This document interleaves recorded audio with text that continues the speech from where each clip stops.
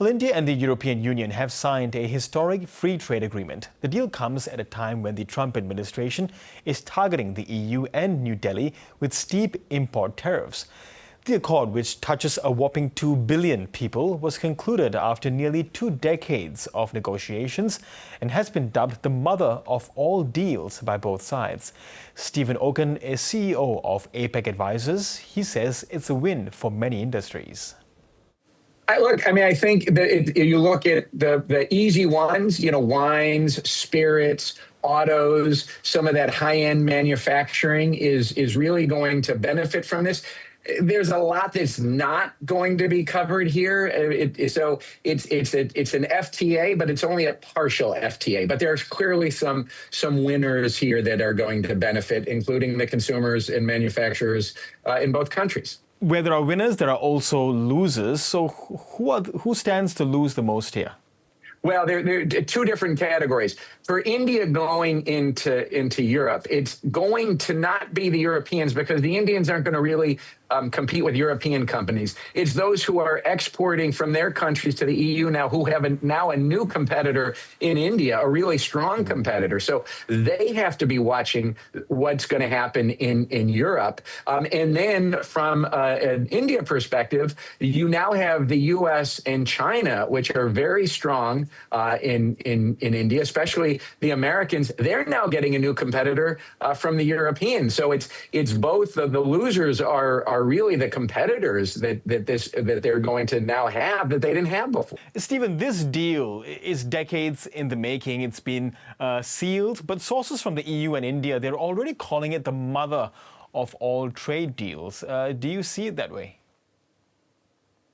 Well, in a way, and you could say, look, that what Donald Trump is, what he's been trying to do is achieve greater market access from India, and he succeeded. He just did it for the EU, not for Americans and not for American businesses. So in a way, you could say this is the mother of deals, but it's not the mother of FTAs because it's not as significant and as robust as most FTAs. But what it could be the mother of is future deals. It could be the mother of where we're going on global trade, where countries are starting to come together because they don't want to rely on China, and now they don't want to rely and cannot rely on the U.S. So this could be the mother of deals, but not because of what's in this specific deal, because of what this says of where the global trading system could be going. And this could be two countries, which it took 20 years for them to get this far, but maybe they're executing on what Mark Carney said at Davos, was that the middle powers have to come together, and maybe this is the start of that. So it could be the mother of all deals. Yeah, so in this manner, was it hastened by the actions of the Trump administration since its Liberation Day tariffs last year, of which India was one of its biggest targets? Well, don't forget the EU as well. And it wasn't just the Liberation Day tariffs from that the U.S.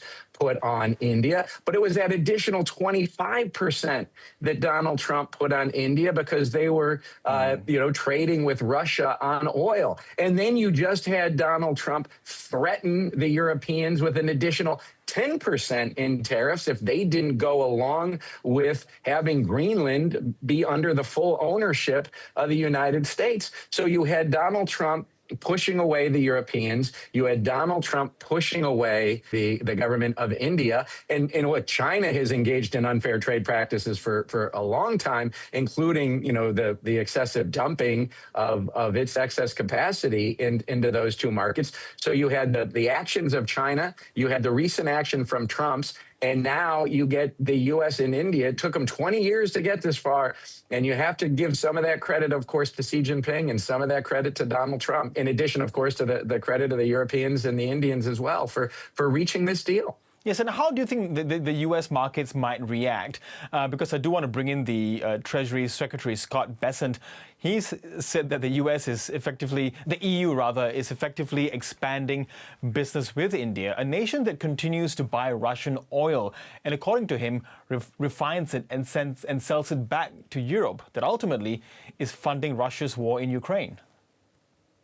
Well, I mean, and this is just another threat that the Trump administration uses over and over and over again, and they engage in these types of threats. They've threatened now Canada with 100% tariffs because Canada was going to enter into an agreement with China on electric vehicles. Of course, that doesn't have anything to do with Russian oil and Ukraine. So this is the type of, you can only use the word bullying. I mean, this is the type of bullying you expect from the United States now, unfortunately. And it's what's leading to these other countries to find different people to trade with, that you can't rely on the U.S. market. So Canada looks to China. You can't rely on China in the U.S. So India looks to the EU, and the EU looks to India. And if the United States continues to do this type of weaponization of trade, you're going to see, I think, an acceleration of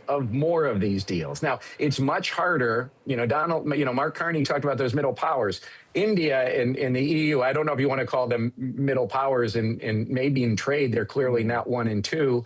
But you're going to maybe see more of these things coming along the lines if the U.S. continues this type of action. Yes, and finally, might there be some level of consternation in Beijing, which are themselves trying to ink a deal with the European Union, but at the same time, there's been some positive overtures from Xi Jinping over the past 24 hours, hailing the friendship between China and India.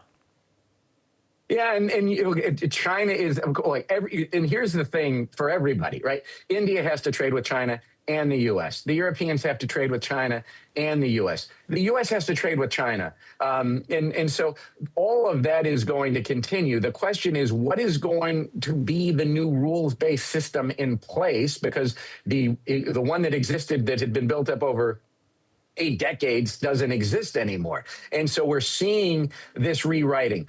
How is China going to act now? How is the U.S. going to act now? And that is why, again, in some ways, this is not as significant an FTA as we have seen in traditional FTAs that the Europeans have or that the Americans have. But this could be the mother of all deals, because this could be the beginning of the new global rule system, whatever those rules are going to be.